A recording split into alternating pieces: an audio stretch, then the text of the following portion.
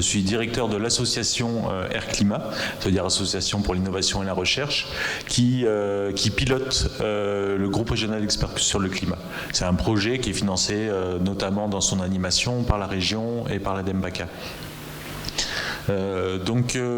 Voilà, par contre, le GREC Sud, c'est un groupe régional d'experts sur le climat qui est inspiré du GIEC, et donc on mobilise l'ensemble des scientifiques qui travaillent sur la région et sur la question du changement climatique. Donc aussi bien des climatologues que des hydrologues, des forestiers, des agronomes, des gens qui travaillent en biodiversité, des sociologues, des psychologues sociaux et environnementaux, des juristes, etc., etc. Donc aujourd'hui, on a à peu près 350 experts qu'on mobilise régulièrement sur différents sujets.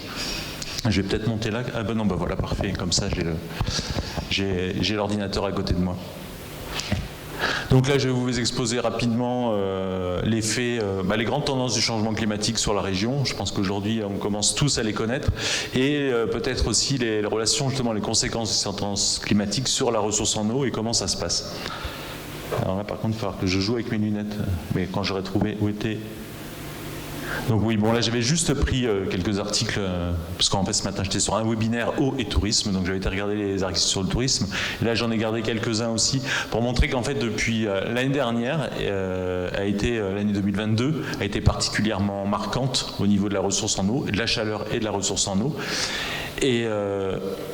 Et cette sécheresse s'est poursuivie quasiment jusqu'à une semaine ou 15 jours.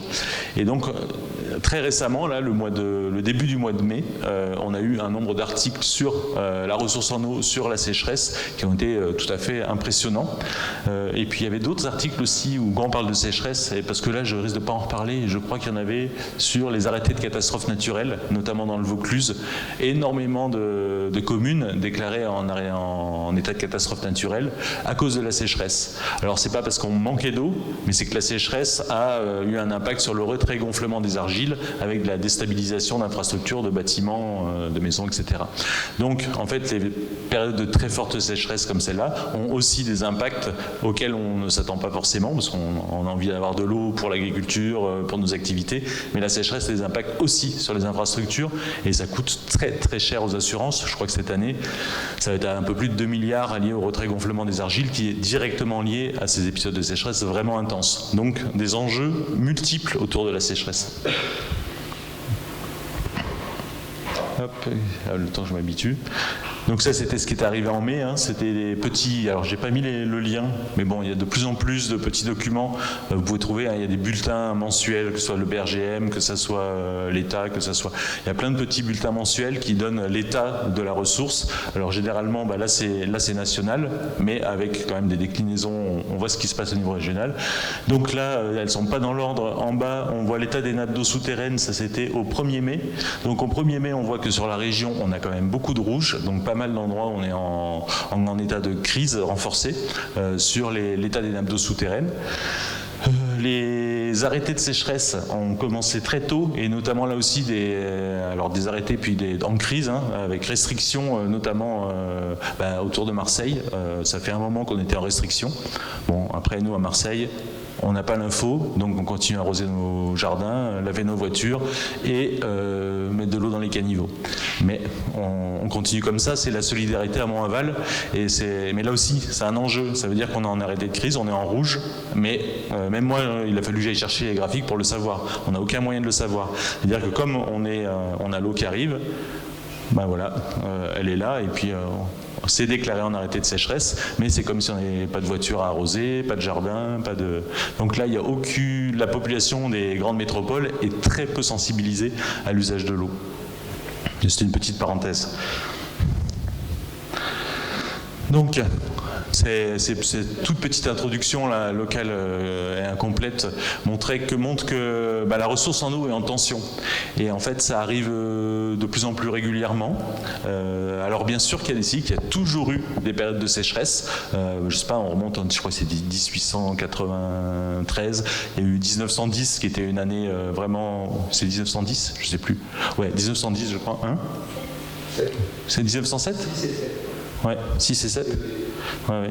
Donc voilà, qui étaient des années extrêmement sèches, et donc voilà, et ça arrive, hein, ça continue, sauf qu'avant, elles étaient espacées, ces années, et elles étaient dans un contexte, on va le voir, de température bien moins importante, bien moins élevée.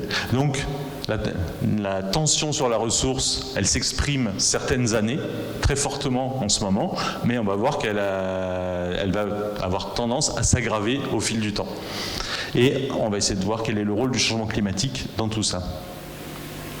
Donc je repars, alors j'ai 2-3 diapos très vite au niveau global, mais là je pense maintenant que vous êtes à peu près tous au courant, parce que ça, c'est des graphiques qu'on voit très souvent.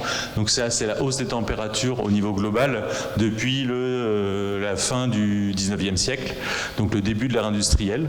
Donc on voit une très forte hausse, on voit une hausse graduelle des températures, avec une petite stabilisation autour des années 60-70. C'est des anomalies, hein. On passe en bleu, en rouge, donc c'est par rapport à zéro, à une moyenne qui se situe, je ne sais plus, j'aurais dû le mettre, je crois entre 1920 et 1980, quelque chose comme ça. Donc on voit une forte augmentation de la température, avec aussi, ce qui est remarquable, c'est une forte augmentation, une forte accélération de la hausse de ces températures depuis 30-40 ans. Et sachant que les 8 dernières années ont été les plus chaudes enregistrées à l'échelle de la planète.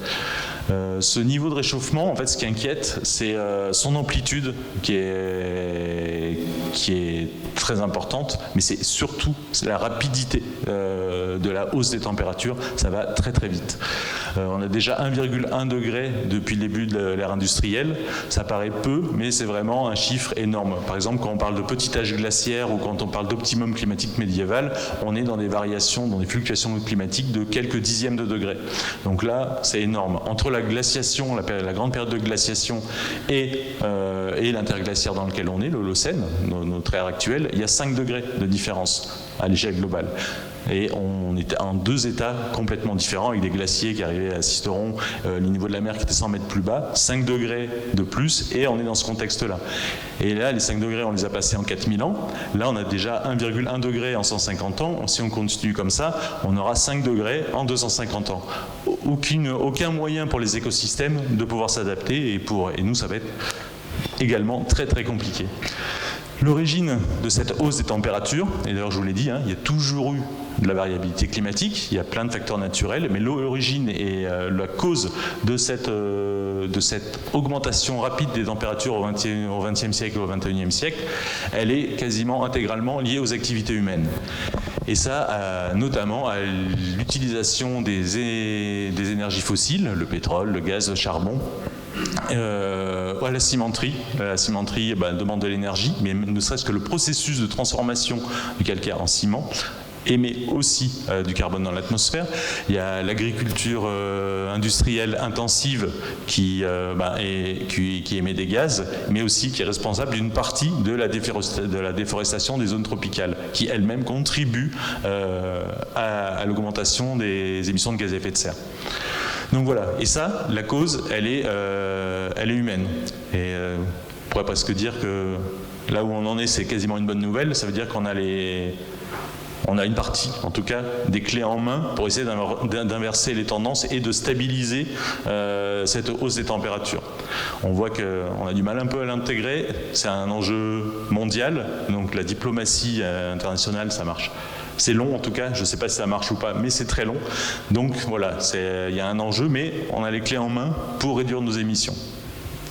Si on arrive à réduire nos émissions, d'ici 2050, ce qu'on appelle la neutralité carbone, si on arrive à la neutralité carbone d'ici 2050, bon, on n'y arrivera probablement pas, mais si on y arrivait, on arriverait à partir de 2050 justement à stabiliser la hausse des températures, et au bout d'une dizaine, vingtaine d'années, peut-être même voir une légère diminution des températures à l'échelle globale. Hop. Oui, alors là j'ai mis... cette hausse des températures à l'échelle globale, donc c'est l'utilisation des énergies fossiles qui remet des gaz dans l'atmosphère, qui sont des gaz à effet de serre, et qui renforce cet effet de serre. L'effet de serre, c'est nécessaire à la vie. Sans effet de serre, il ferait moins 18 en moyenne à l'échelle de la planète.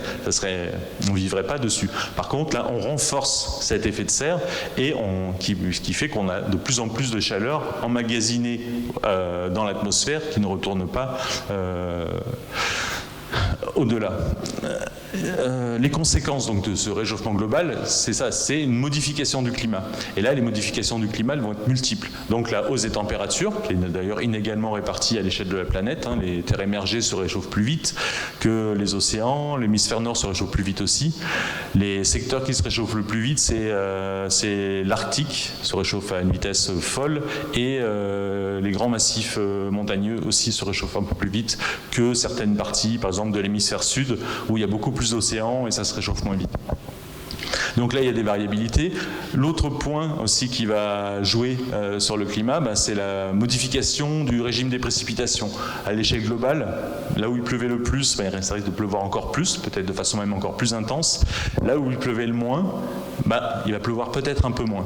Et ça, on le voit, et c'est assez intéressant parce qu'on le voit. Alors, c'est un peu caricatural, ce ne sera pas systématiquement comme ça, c'est des grandes tendances à l'échelle globale. Par contre, ce qui est intéressant, c'est que ça s'illustre aussi sur notre territoire. Et dans l'année, on a un climat méditerranéen avec une période de sécheresse estivale, il fait très sec en été, et des pluies d'automne relativement intenses. Le changement climatique a une tendance forte à accentuer cette période de sécheresse estivale et d'autre part à accentuer aussi l'intensité des précipitations automnales. Alors je dis automnales, ça peut accentuer l'intensité des précipitations à n'importe quel moment. C'est beaucoup plus marqué en automne. Donc voilà, il y a une modification du régime des précipitations. L'autre effet, c'est l'augmentation de l'intensité et de la fréquence des événements extrêmes, donc des pluies extrêmes, des canicules, des ouragans ou autres méga-feux. Voilà. Et après, je ne vais pas en parler aujourd'hui, mais aussi la modification des composantes physico-chimiques des mers et des océans, hausse des températures des mers et océans, qui suit tout à fait la hausse des températures globales, avec aussi les canicules sous-marines qui ont des conséquences catastrophiques sur la biodiversité. On a une hausse du niveau de la mer qui est liée à cette hausse des températures et à la fonte des glaciers, et puis on a une hausse de l'acidité, parce que les océans, au-delà d'emmagasiner 90% de la chaleur supplémentaire émise, c'est un vrai tampon au niveau de la chaleur de la planète, ils absorbent aussi une grande partie du CO2. Et une partie de ce CO2 absorbé est dissous, et donc libère des ions H+, et fait que l'acidité des océans augmente fortement. Mais bon, là, j'y reviendrai pas. Moi, je vais accélérer un peu, sinon je ne vous aurai pas le temps de parler. Je vais accélérer un peu. Je ne peux pas continuer non plus à dresser un petit portrait au niveau global sans parler du déclin de la biodiversité.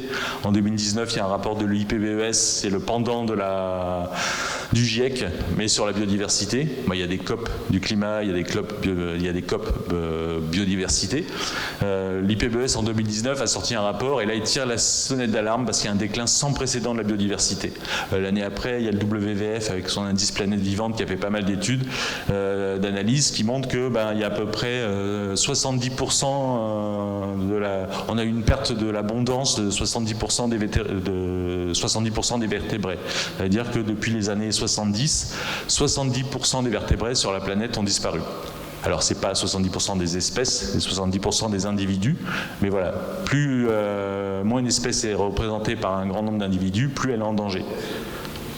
Donc voilà, il y a un fort déclin de la biodiversité, et donc ça, c'est forcément à prendre en compte. Et quand on parle d'eau et de ressources en eau, on va sûrement peut-être, alors je ne sais pas si ce sera le cas aujourd'hui, parler de milieux, parce qu'on a besoin de l'eau dans tous les coins, mais les milieux, les cours d'eau, la vie, ont besoin de l'eau aussi. Et donc, la qualité des milieux aquatiques est vraiment importante, surtout que à l'échelle mondiale, c'est les cours d'eau comme en France, c'est toutes les espèces de milieux aquatiques qui sont les plus vulnérables et qui sont les plus impactées. On le voit à l'échelle globale, on a déjà perdu 90% de l'abondance de ces individus, de ces espèces aquatiques. Ce qui est 80, j'ai dit 90, on n'en est pas là encore, mais c'est énorme. En France aussi, on observe ça. Il y a eu des articles qui sont sortis il n'y a pas longtemps. On a perdu à peu près 70% des insectes en 30-40 ans et 30% des oiseaux. Alors bien sûr, c'est inégalement réparti sur le territoire, mais malgré tout, il y a un déclin très fort. Et dans les deux cas, il y a 70% des insectes en 30-40 ans et 30% des oiseaux. Alors bien sûr, c'est inégalement réparti sur le territoire, mais malgré tout, il y a un déclin très fort. Et dans les deux cas, il y a 70% des insectes en 30-40 ans et 30% des oiseaux. Alors bien sûr, c'est inégalement réparti sur le territoire, mais malgré tout, il y a un déclin très fort. Et dans les deux cas, que ce soit le climat ou la biodiversité, c'est l'homme qui est responsable et de l'augmentation des gaz à effet de serre et du déclin de la biodiversité. Le déclin de la biodiversité, c'est l'utilisation c'est tous les polluants, les herbicides, les pesticides, c'est l'artificialisation des sols, la destruction des habitats essentiellement, ça c'est un des facteurs principaux, la surexploitation des ressources, etc., qui amènent à ce déclin de la biodiversité. Ce qu'on voit aujourd'hui et pourquoi ça m'amène à en parler des deux, c'est que les deux commencent à se rejoindre. C'est que le climat, lui aussi, le changement climatique, commence à avoir un effet très fort sur la biodiversité. Difficile à dissocier des autres causes, mais on le voit de plus en plus, un effet très fort du climat sur la biodiversité. La biodiversité qui est au sens large, écosystème, la nature en général, c'est elle qui, pour l'instant, nous rend les meilleurs services pour lutter contre le réchauffement climatique, parce qu'il séquestre énormément de carbone, et pour s'adapter au changement climatique, pour faire face au changement climatique aussi, parce que c'est des forêts qui maintiennent nos bassins versants, c'est la biodiversité des sols qui font que nos sols sont fertiles, etc., etc. Donc, c'est la biodiversité qui nous rend pour l'instant les meilleurs services, et le climat commence à avoir un impact fort. Donc aujourd'hui, quand on va mettre en place des solutions sur les territoires, quand on va s'attaquer à une problématique, la ressource en eau, l'agriculture, la forêt, on doit toujours avoir à l'esprit le rôle et l'importance de la biodiversité sur les territoires. Bon, je vais passer sur la région un peu. Il faudra un moment, j'ai pas regardé l'heure du tout. Sur la région, là c'est un petit graphique de Météo France qui montre l'évolution des températures dans la région depuis les années 60. Donc là aussi on voit une forte hausse des températures. Il y a quasiment plus de variabilité interannuelle. On est sur une hausse graduelle des températures. On prend 2022, on le voit au bout, 2022 qui a été l'année la plus chaude jamais enregistrée sur la région, même je pense en France et sur l'Europe de l'Ouest, donc qui sort vraiment du lot. La hausse depuis 1960, on prend à peu près 3/10 de degré par décennie, donc ça fait à peu près 1,8 degré d'augmentation des températures depuis les années 60. Si on compare au 1,1 de la planète, il faut rajouter un peu pour couvrir le XXe siècle, donc on est à peu près à 2,1 degrés d'augmentation des températures moyennes annuelles sur la région par rapport à la planète. Donc c'est plus rapide qu'à l'échelle de la planète.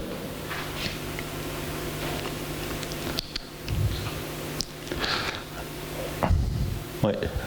Donc voilà, j'avais le graphe, on a le même graphe pour Apt, donc on voit que le graphe de Apt, j'ai rajouté l'autre parce qu'au moins il y avait 2022 qui montrait vraiment que 2022 était une année exceptionnelle.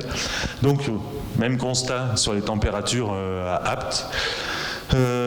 Associé aussi à cette hausse des températures, on n'est pas juste sur une hausse des températures moyennes, on va avoir associé l'apparition d'événements extrêmes qui sont devenir de plus en plus fréquents, de plus en plus longs. Par exemple, la hausse et les vagues de chaleur, c'est le nombre de jours de vagues de chaleur de 1960 à 2020, enregistré pareil, je crois qu'on est sur Apt, oui on est sur Apt. Donc on voit que jusque avant les années 80, les vagues de chaleur, il y en avait, mais c'est beaucoup moins fréquente. Depuis les années 80, le nombre d'années où il y a des vagues de chaleur et le nombre de jours de vagues de chaleur par an a tendance à exploser. Et puis avec, par exemple, en juin 2019, c'est quand même là.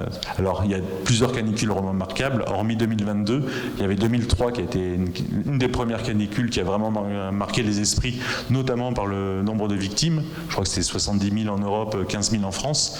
Donc, et qui a été très longue. Et c'était une des premières si intenses. D'ailleurs, Météo France ne pensait pas revoir 2023 avant. C'était une canicule qui représente à peu près 2050. Donc voilà. Et depuis, on a eu 2019, donc beaucoup moins long, mais beaucoup plus intense, avec, je crois, un record de température absolue de 46 degrés à Montpellier, ce qui est énorme. Et même sur la région, on était à 43, plus de 43, voire presque 44 degrés à Apt. Vinon sur Verdon, de l'autre côté, on était à 44,3 degrés. Alors enregistré à l'ombre, bien sûr. Donc c'est des températures très importantes. Donc, Des vagues de chaleur qui se multiplient, des pluies intenses, des pluies de plus en plus intenses, notamment automnales. On a observé une augmentation de l'intensité des précipitations depuis les années 60 sur l'arc méditerranéen d'à peu près 22%. Le nombre d'épisodes à plus de 200 mm de pluie par jour depuis les années 60 a doublé. Donc on a vraiment une hausse de l'intensité forte et en fait on augmente le risque de crue centennale est devenu un risque de crue cinquantennale. Depuis les années 60, ça a évolué. Donc l'exposition au risque de crue est plus importante. Alors bien sûr qu'il y a beaucoup d'incertitudes sur ces chiffres-là. Ces événements exceptionnels sont ponctuels dans l'espace, ponctuels dans le temps, très difficiles à modéliser, quasiment impossible, et aussi difficiles à enregistrer. Alors maintenant c'est plus facile avec les radars, mais avant c'était assez compliqué. Donc pour voir s'il y a vraiment une hausse de l'intensité, c'était assez compliqué, mais voilà, c'est des résultats scientifiques là, qui sont sortis il n'y a pas très longtemps qui montrent ça. L'autre phénomène, on l'a dit, c'est une influence sur quasiment toutes les composantes du cycle de l'eau, donc avec des phénomènes de sécheresse qui vont être de plus en plus fréquents.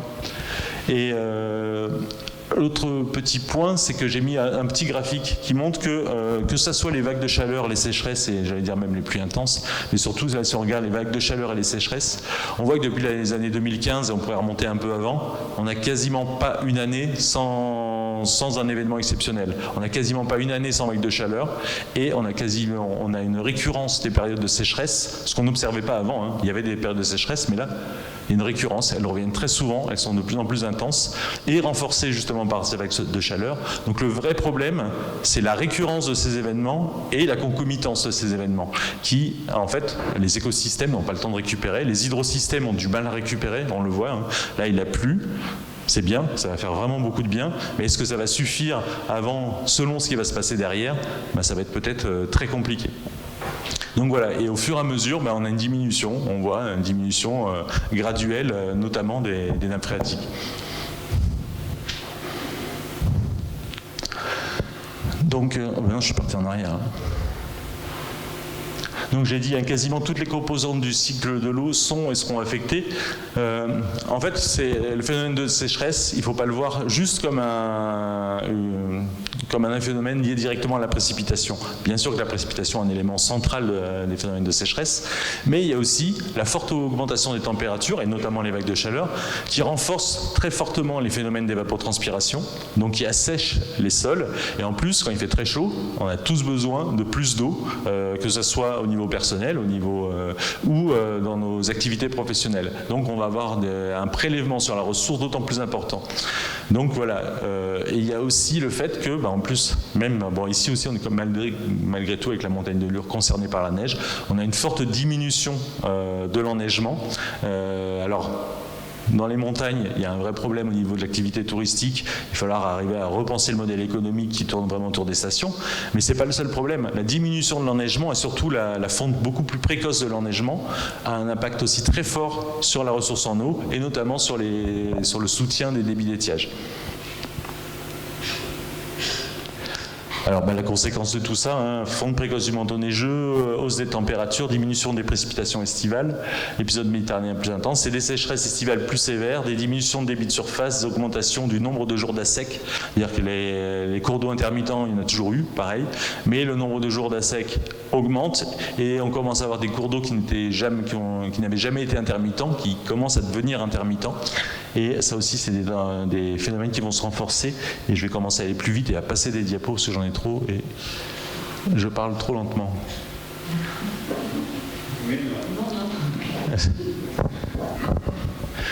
L'évolution des précipitations annuelles régionales sur la période. Alors pour les tendances des précipitations, là j'ai quelques petits graphes qui montrent des tendances. Alors ça c'est la région. Ce qu'on voit en fait, ce que le graphique exprime, c'est que pour l'instant dans ce qu'on observe, il y a une tendance à la diminution des précipitations annuelles sur le Var et les Alpes-Maritimes, voire même sur l'est du Var et les Alpes-Maritimes. Ailleurs, au niveau des précipitations annuelles, on n'observe pas de tendance significative à la baisse des précipitations. Par contre, ce qu'on observe, c'est, là j'ai un petit zoom sur le Luberon, c'est que dans le Luberon, on a une augmentation, tendance à une augmentation des précipitations printanières et automnales, mais par contre une forte diminution des précipitations d'été et aussi une forte diminution des précipitations hivernales. Et souvent on dit que d'ailleurs c'est en hiver qu'on recharge les nappes phréatiques. On observe, et je ne sais pas si j'ai mis le graphique de Apt, mais on observe une très forte, c'est très significatif au niveau de l'hiver en termes de précipitations hivernales. Là c'est sur, non il n'y a pas l'hiver, donc là c'est les précipitations à Apt, donc on voit qu'à Apt sur l'année il n'y a quasiment pas de tendance, donc on ne voit pas de tendance à la baisse des précipitations au niveau du cumul annuel de la précipitation. Je crois que c'est la même chose si on est à Fort-Calquier, à Manosque, il n'y a pas de tendance. Par contre on observe une très forte variabilité interannuelle, donc ça renforce aussi l'incertitude qu'on va avoir sur les précipitations. Par contre on le voit déjà là sur les précipitations estivales, sur le cumul estival, là on a une tendance à la baisse qui est très marquée et on a à peu près le même graphique, voire peut-être même un peu plus intense là sur Apt sur l'hiver.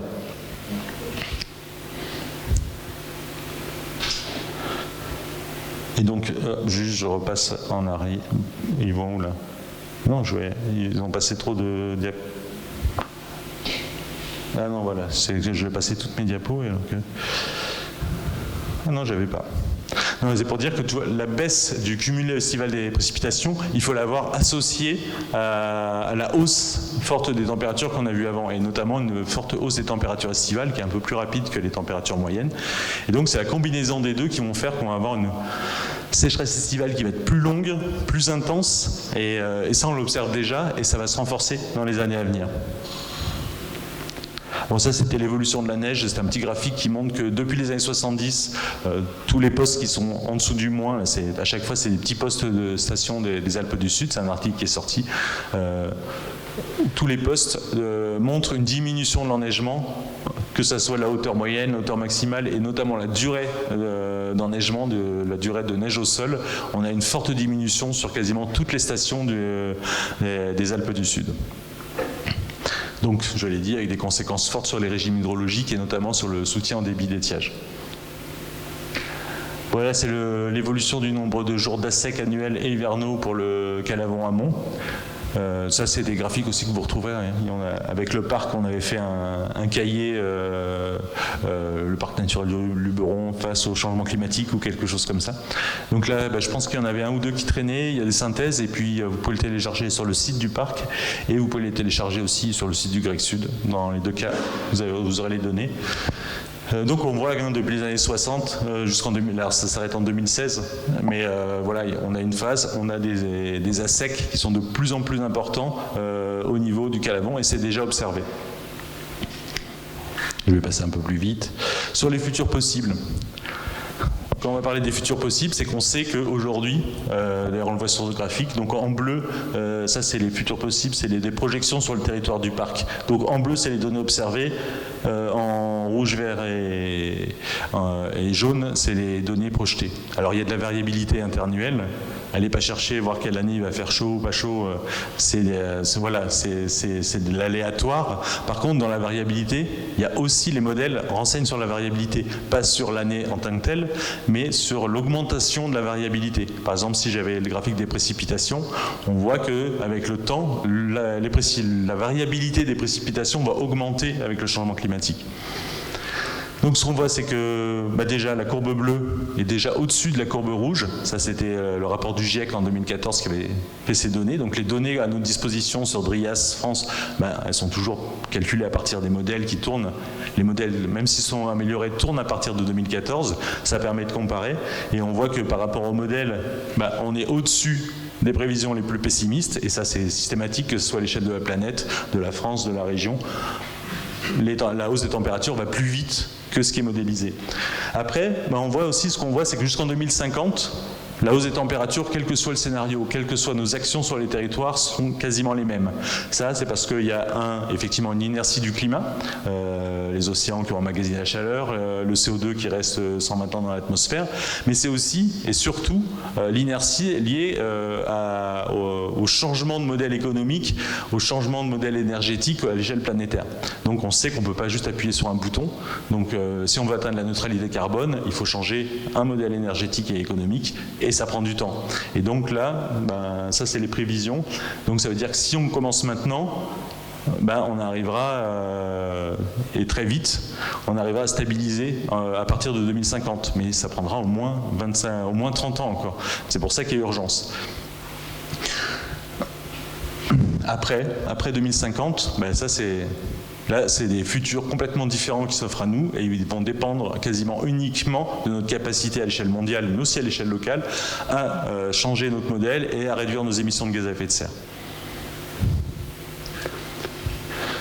Alors là, c'est un petit graphique en 2050 pour les températures d'été, c'est à l'échelle de la région. On voit qu'à peu près, à l'échelle de la région, et si on regarde le territoire, on va prendre encore à peu près 2,5-3 degrés de plus dans les 30 prochaines années. Ça veut dire que là, on disait que depuis les années 60, depuis d'ailleurs le début de l'ère industrielle, on a une augmentation très forte des températures de 2,1 degrés. Dans les 20-30 années à venir, on va reprendre 2 degrés. Donc ça va continuer à augmenter, mais l'accélération va se poursuivre. Donc ça va être de plus en plus rapide. L'année 2022, d'ici une vingtaine d'années, ça sera une année considérée comme normale. Alors peut-être pas fraîche, mais comme normale. Ça veut dire que les extrêmes qui vont être associés à cette année 2022 vont être extrêmement importants. Voilà, c'est des cartes qui sont, je crois qu'elles sont disponibles aussi sur le site du parc. En tout cas, on les retrouve aussi dans le cahier. Donc il y a des cartes à l'échelle du territoire, selon les scénarios, selon les horizons, l'évolution des températures. Là, j'ai sorti quelques petits points. Par exemple, si on regarde avec le scénario, alors je ne vais pas détailler les scénarios, un scénario intermédiaire, ça veut dire pas un scénario très optimiste, mais un scénario réaliste, voire optimiste, on arrivera à avoir, on aura d'ici 2050 en moyenne 25 journées de plus de vagues de chaleur par rapport à la période 95-2015, en moyenne par an. Ça veut dire pas tous les ans 25 jours de chaleur, mais quelquefois ça sera peut-être pas beaucoup de jours de vagues de chaleur. Par contre, à partir de 2050, on peut s'attendre jusqu'à 60-70 jours de vagues de chaleur sur un territoire, avec une forte variabilité toujours. Donc, on va avoir un saut dans l'impact des vagues de chaleur. Et là, je pense que même sur les vagues de chaleur, ça va être plus que les précipitations, où je ne sais pas si j'ai des projections, où il y a une forme de stabilité, il y a énormément d'incertitudes et beaucoup de variabilité. Par contre, ce qui va vraiment impacter la ressource en eau, ça va être ces vagues de chaleur extrêmement intenses. Et par contre, on voit aussi une forte diminution du nombre de jours de gel, ce qui n'est pas forcément bon signe, parce qu'on a vu, par exemple, l'impact sur les cultures de l'année 2021, du gel de avril 2021, a été attribué au changement climatique. Alors c'est contre-intuitif, parce qu'on se dit que le gel, qu'on voit que les dégâts du gel soient attribués au changement climatique, simplement parce qu'il fait tellement chaud l'hiver que les cultures démarrent beaucoup plus tôt, et qu'elles sont exposées au risque de gel. Alors même s'il y a moins de nombre de jours de gel, que ça diminue fortement, malgré tout, la végétation commençant plus tôt, l'exposition au gel est de plus en plus importante. Et ça va se renforcer quasiment tant qu'il y aura des jours de gel sur le territoire. Et il y en aura encore. Donc rapidement les évolutions pour 2050 dans la région. Alors ça, il y a pas mal d'études qui combinent modèle climatique, modèle hydrologique pour voir ce qui va se passer, que ce soit sur la Durance avec R2D2, que ce soit sur les bassins du Mercantour, que ce soit sur le Rhône. Donc ce qu'on observe d'une façon générale, c'est une réduction des débits annuels des rivières et de la recharge des eaux souterraines d'à peu près 10 à 20% d'ici 2050. Donc la tendance, elle est nettement à la baisse, alors que les précipitations, elles, dans les modèles, elles ne sont pas à la baisse. Donc ça, c'est des tendances qui sont fortement liées à la hausse des températures. Sur la Durance, oui, on est 10 à 20%, donc là c'est au niveau annuel. Après, dans l'année, sur les débits, sur les débits de la Durance à Malmort, je pense qu'en 2050, il y a une diminution attendue de quasiment 50%. Donc ça, c'est en été, en été. Mais donc, il y avait une grande variabilité interannuelle, avec peut-être plus de débit en hiver, parce qu'il va moins neiger, ça va plus tomber sous forme de pluie, il y aura plus de fonte, donc les débits hivernaux, en revanche, seront plus importants. Par contre, les forts débits printaniers seront beaucoup plus tôt dans la saison. On va changer les régimes hydrologiques avec le changement climatique. L'augmentation de la sévérité des étages estivaux et l'augmentation notamment de l'intermittence et des ASEC. Là, c'est aussi des articles qui sont sortis, qui sont faits par l'INRAE. C'est-à-dire qu'on va avoir une augmentation de 40% de l'intermittence et des ASEC. Donc on va avoir beaucoup plus de jours d'ASEC sur nos cours d'eau et une apparition d'ASEC de plus en plus importante sur des cours d'eau qui n'en montraient pas. Voilà, je cherche à chaque fois. Alors il faut que j'arrive à passer plus vite. L'évolution du risque incendie, donc j'ai parlé de beaucoup plus chaud, beaucoup plus sec. Le risque incendie en découle directement. Et donc là on voit, la cardio c'est l'évolution des surfaces brûlées, alors aujourd'hui et demain, donc c'est des modèles. C'est pas, même aujourd'hui c'est pas des données observées, c'est des données modélisées. Mais on voit que demain il y a plus de surfaces brûlées, notamment le territoire du Luberon devient quasiment potentiellement à risque. L'ensemble du territoire, même en altitude, le risque incendie augmente fortement. Et par contre, ce qu'on observe aussi, c'est l'apparition du risque de méga-feux à partir de 2050, sur un très fort risque de méga-feux, ce qu'on appelle les feux extrêmes, qui sont beaucoup plus chauds, beaucoup plus durs à combattre, avec des conséquences beaucoup plus importantes sur les écosystèmes, sur les sols, donc peu de régénération derrière. Donc ça, voilà, c'est les grands feux qu'on a pu observer en Californie, en Australie, etc. Donc ils n'auront pas les mêmes caractéristiques parce que ce n'est pas les mêmes territoires, mais malgré tout ce risque-là est de plus en plus prégnant sur les territoires. Et ce qu'on appelle, c'est des feux liés à la chaleur, donc plus que la sécheresse en elle-même, c'est vraiment les très fortes chaleurs qui déclenchent les incendies.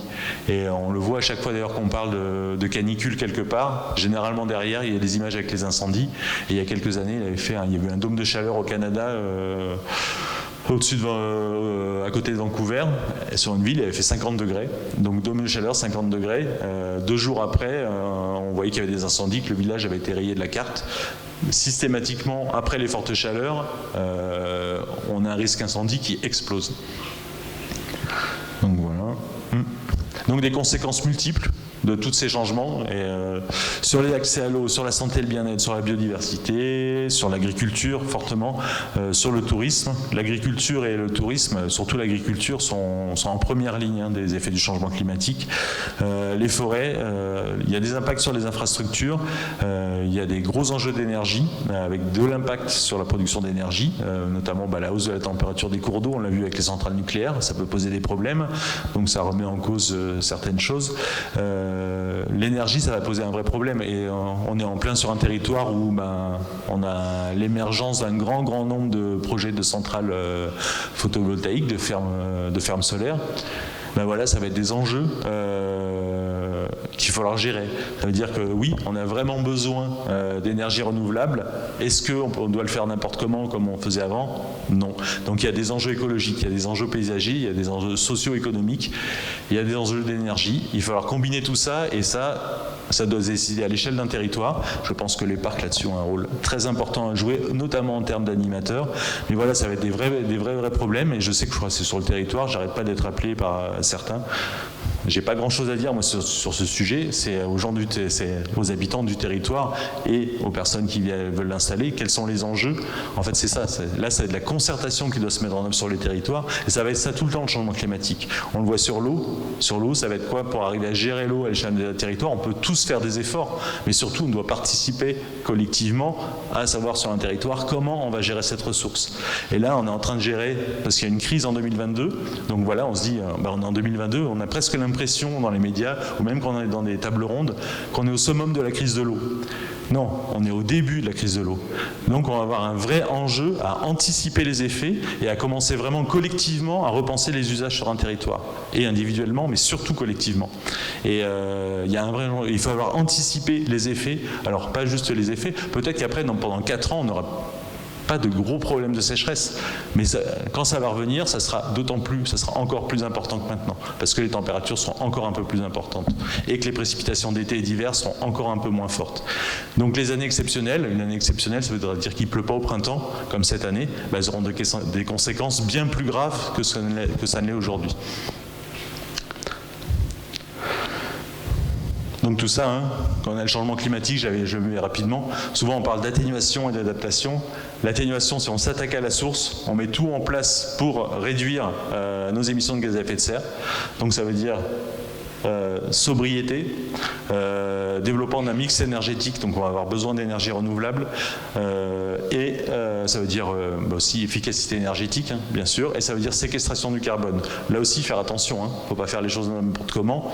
Les labels bas carbone, ça peut amener à des... Si c'est pas bien encadré, on ne peut pas planter n'importe quoi, n'importe comment. On a entendu, il y a des enjeux de biodiversité, il y a des vulnérabilités de peuplement, il y a des sols. Donc voilà, replanter des forêts pour séquestrer du carbone, oui, dans les milieux dégradés, on peut repenser à certaines choses.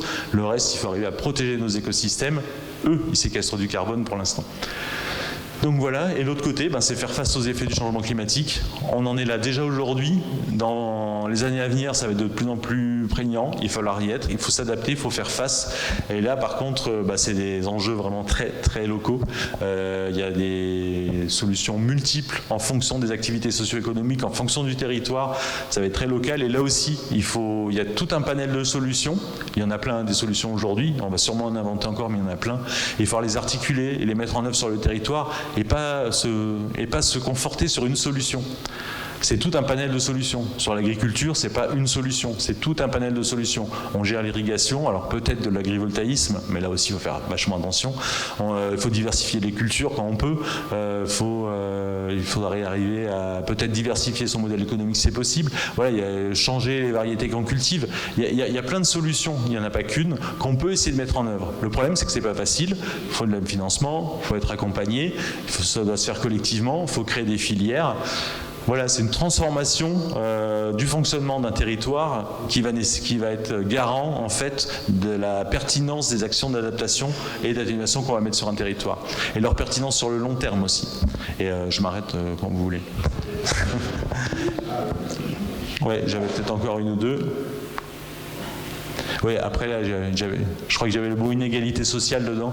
Effectivement, mais de toute façon, quand je parle de concertation sur les territoires, toutes les actions qu'on met en place sur les territoires, si on ne prend pas en compte les inégalités sociales, ça ne marchera pas. Déjà, elles ne seront pas acceptées, mais surtout, ça n'a aucun sens aujourd'hui. Donc, quand on parle de biodiversité, on parle d'inégalité sociale, on parle de climat. La transition écologique, c'est ça. C'est une transition... dans transition écologique, on intègre transition écologique, transition énergétique, transition sociale. Donc voilà, et économique.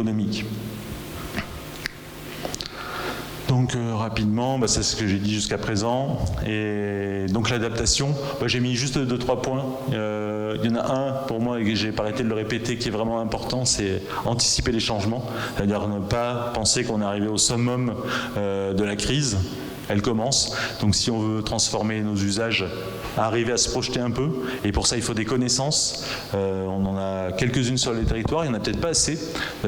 Quelquefois, oui, on va avoir besoin de connaissances supplémentaires. Il faudrait mesurer un peu plus les débits, mesurer la qualité de l'eau. Quand on met en place des processus d'adaptation sur les territoires, qu'on veut se transformer, par exemple en agroécologie, il faudrait arriver à suivre les bénéfices rendus par ces cultures, mais le temps aussi, comment mettre ces bénéfices à rentrer en compte, le temps où un agriculteur, en changeant ses pratiques, va retrouver un niveau de vie et une rentabilité de son exploitation, combien de temps ça met.